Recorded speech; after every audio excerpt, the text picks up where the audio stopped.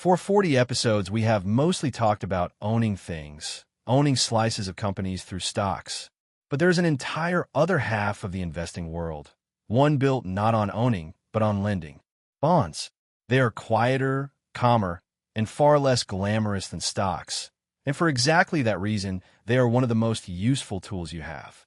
Today, you finally understand what a bond is, why its price moves in a way that confuses everyone, and what role it plays in a sensible portfolio. Let's start with the single most important distinction in all of investing. When you buy a stock, you become an owner of the company.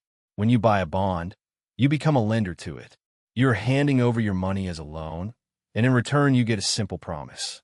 I will pay you regular interest, and I will give your original money back on an agreed date.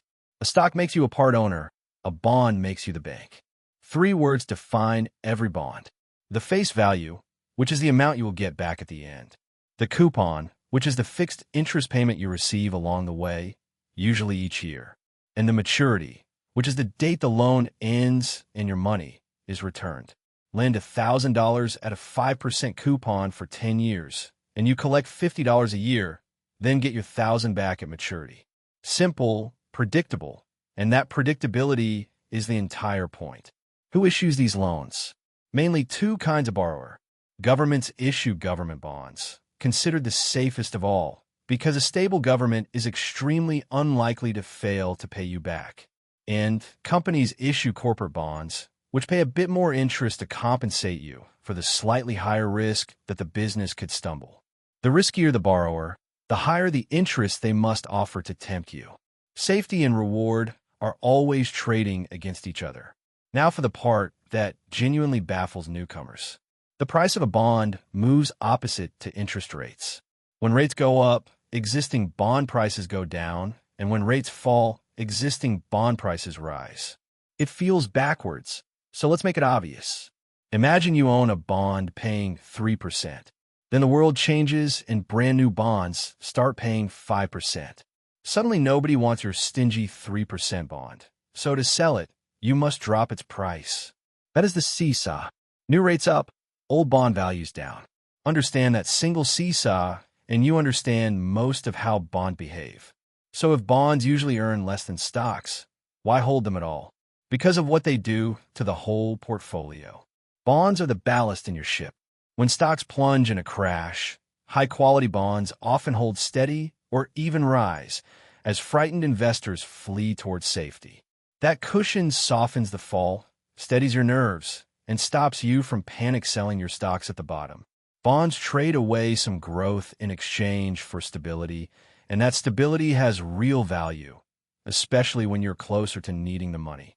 This is the idea behind the classic balanced portfolio, often described as something like 60% stocks and 40% bonds.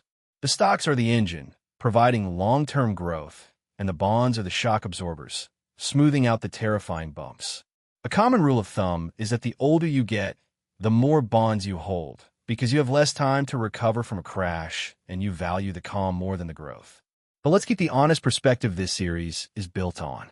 For a young investor with decades ahead, a very heavy allocation to bonds can actually be too cautious, because over the long run stocks have simply grown much more, and you have plenty of time to ride out the crashes.